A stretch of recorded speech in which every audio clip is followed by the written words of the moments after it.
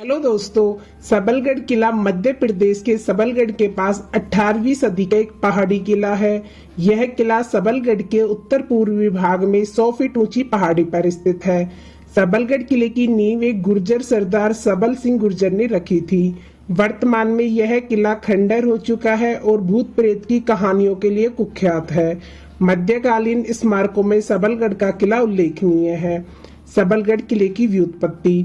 सबलगढ़ का अर्थ है मजबूत किले का स्थान। सबल शब्द का अर्थ है मजबूत और गढ़ का अर्थ है किला। सबलगढ़ किले का इतिहास। सबलगढ़ किले का निर्माण 18वीं शताब्दी में करौली के यदुवंशी शासक गोपाल सिंह ने कराया था। किले के इतिहास में कई अलग अलग शासकों द्वारा इसे नियंत्रित किया गया है। 1750 ईस्वी में पहले सिकरवार राजपूतों ने किले पर कब्जा कर लिया था। मराठों ने इसे उनसे छीन लिया और इसे फिर से करौली के शासक को दे दिया। यह 1795 ईस्वी तक उनके कब्जे में रहा। जब किले में उचित प्रबंधन की कमी के कारण खांडे राव ने इस पर कब्जा कर लिया। यह 1795 ईस्वी तक उनके कब्जे में रहा जब किले में उचित प्रबंधन की कमी के कारण खांडे राव ने इस पर कब्जा कर लिया था। किले पर 1804 में अंग्रेजों ने कब्जा कर लिया था। किले के आसपास का क्षेत्र 1809 में सिंधिया के राज्य में शामिल कर लिया गया था। दौलत राव सिंधिया और जसवंत राव होलकर 1805 में ईस्ट इंडिया कंपनी के खिलाफ गठबंधन के लिए मिले थे। मध्यकालीन स्मारकों में सबलगढ़ का किला उल्लेखनीय है। किले के पीछे सिंधिया काल का बना हुआ बंध है। सबलगढ़ की नींव बैसला वंश के सबला नामक गुर्जर ने रखी थी। इस किले का निर्माण करौली के राजा गोपाल सिंह बैसला ने एक ऊंची पहाड़ी पर करवाया था। सिकंदर लोदी ने किले पर कब्जा करने के लिए एक सेना भेजी। मराठों ने उत्तरी भारत में अपने अभियान में किले को दोबारा कब्जा कर लिया और इसे करौली के राजा को लौटा दिया। सबलगढ़ किले की संरचना। सबलगढ़ किला राजस्थानी शैली में बनाया गया है। इसके 3 मुख्य द्वार हैं और किले के भीतर कई मंदिर स्थित हैं। किले के अंदर नवल सिंह की हवेली राजपूत वास्तुकला का एक बेहतरीन उदाहरण है। किले में 12 बुर्जों की एक लंबी श्रृंखला है और इसमें 5 प्रवेश द्वार हैं। यह परिसर 18वीं सदी के किले की योजना का एक बेहतरीन उदाहरण है। सबलगढ़ किला उत्तर और पश्चिम की ओर से 1800 मीटर लंबी बाहरी किलेबंदी की दीवार से घिरा हुआ था। किले के अंदरूनी हिस्से में महल, जनरलों और अभिजात वर्ग के लिए आवास और अस्तबल, अदालत और मंदिर जैसी अन्य सहायक इमारतें भी हैं।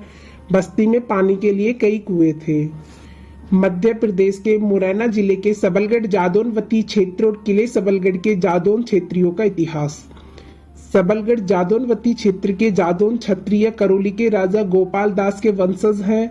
गोपाल दास जो एक वीर सैनिक थे, उन्होंने महामहिम के साथ जाकर दक्खन में संघर्ष किया। ऐसा कहा जाता है दौलताबाद के दाऊद खाना के साथ दक्खन से लौटने पर सम्राट अकबर ने गोपाल दास को भूमिया या देश के मूल मालिक के रूप में 1565 ईस्वी में आगरा किले की नींव रखने के लिए नियुक्त किया, जिसके बारे में ज्योतिषियों ने घोषणा की थी कि जब तक श्री कृष्ण के वंशजों द्वारा इसकी स्थापना नहीं की जाती वह कभी खड़ा नहीं हो सकेगा।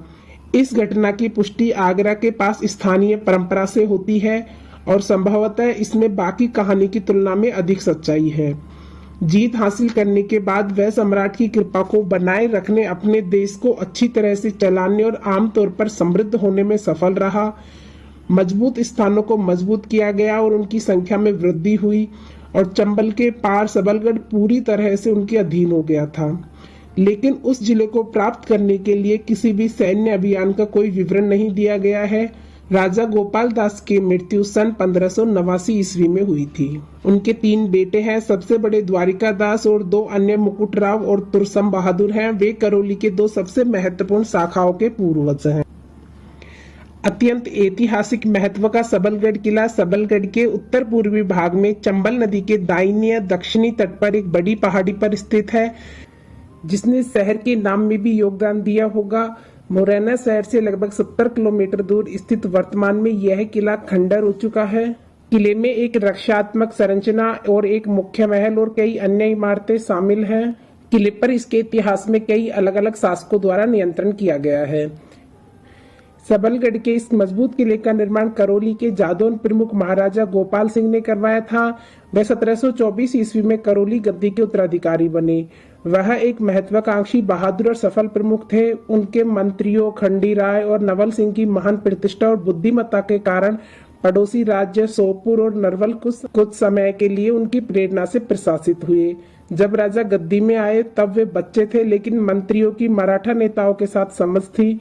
तब पूरे देश में उनका आतंक था और उन्होंने सरदार के अल्पमत के दौरान करौली पर कब्जा करने का कोई प्रयास नहीं किया। गोपाल सिंह ने अपने हथियार ले रखे थे। सबलगढ़ से आगे सीकरवाड़ी की पहाड़ी तक ग्वालियर से 5 कोस की दूरी पर, इसलिए सबलगढ़ के अलावा विजयपुर और जोरा पर भी उनका अधिकार क्षेत्र था। इस परिवार ने 1757 ईस्वी तक सबलगढ़ क्षेत्र पर कब्जा जारी रखा। चंबल के दक्षिण से सबलगढ़ परगने में निपरी के सिकरवार ठाकुर ने तुरसन पार के खिलाफ विद्रोह किया और किले पर कब्जा कर लिया। करौली में राज सेवा में एक पठान के नेतृत्व में राजा तुरसन पाल की सेना उनके खिलाफ आ रही थी। लड़ाई इतनी खूनी थी कि खून की धारा बहने लगी। निपरी के निकट कुंवारी को लाल रंग से रंगा गया था। दरवाजा विजयी रहा और उसने निपरी से 3 कोस दूर पहाड़गढ़ तक सिकरवाओं को हरा दिया और उसके बाद वे तुरसन पाल के आज्ञाकारी विषय बन गए। इस उदाहरण के बाद किसी अन्य ने अपने प्रमुख का विरोध करने का साहस नहीं किया।